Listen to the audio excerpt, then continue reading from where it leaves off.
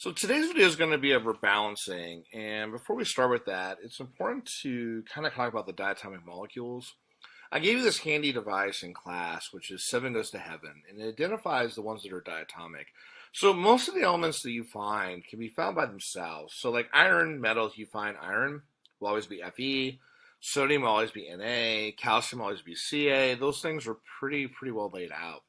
The diatomics are ones that in nature, as they're found, they're always going to be found diatomically. So, like H2, if you ever find hydrogen gas, it's always going to be H2. Our atmosphere is mostly made up of nitrogen and oxygen. Those are always going to be found as N2 and O2. So, floating around you right now are millions and millions and millions of nitrogen and oxygen molecules, and those molecules are always found as N2 and O2. The same with everything in column 17. Fluorine, chlorine, bromine, iodine, and AT. Those will also be found diatomic. And the 7 goes to heaven comes from that it actually forms the 7 on the periodic table. If you go from nitrogen over to fluorine and down, that actually looks like the number 7. And so it's there. In class, I asked you guys to kind of lay these out and convert this into an equation, which we did here. And then we talked about how to balance this.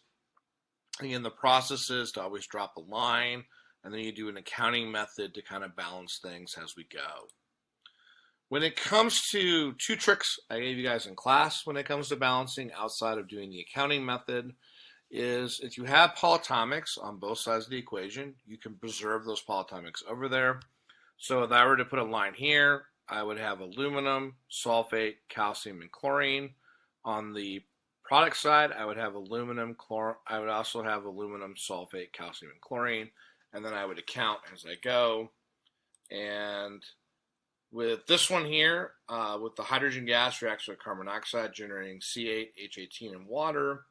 The big deal I told you guys about that one is that you always want to isolate things when it comes to balancing. So when you put a line down here, you'll have hydrogen, carbon, and oxygen. And so the inclination is, well, hydrogen come first to balance that first. But because hydrogen is in 3 of the 4 species, it's going to be really hard to do it. You could make mistakes. You'll have to go back and forth. So it's much easier to balance the carbon and the oxygen first. The reason why is that we have carbon locked up here, and it's here. We have oxygen locked up here, and it's locked up here. So those things will be crucial and critical for that to occur. So when you balance this one and you do the hydrogens last, your counting will be 34 hydrogens over on this side. You'll take 34 divided by 2, and that'll get you 17 and much less work when it comes to that. The last problem we did not work on in class, I kind of put you guys up to that, but you have the name magnesium carbonate reacts with hydrochloric, producing magnesium chloride, water, and carbon dioxide. It's important to set that up. So when you do that, in formulas first, magnesium carbonate's MgCO3, hydrochloric acid is HCl, magnesium chloride is MgCl2, water is H2O, and carbon dioxide CO2. So when you set a line down from this one, you'll have Mg. We do it to break up carbonate because we don't have carbonate on both sides. So you have MgCO, H, and Cl. You have the same on that side. When you do the accounting, the only thing you have to account for is extra hydrogens and chlorines. So there'll be a coefficient of 2 in front of there. So real quick, when it comes to balancing, one, use the accounting method because even really complicated equations, if you use the accounting method and go step by step, you'll always get correct answers. 2, if you have polyatomics on the same side, keep those polyatomics together.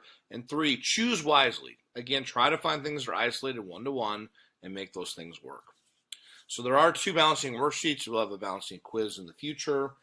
So make sure to have that in mind. And then I'll answer additional questions off those worksheets in class, and we'll go through that.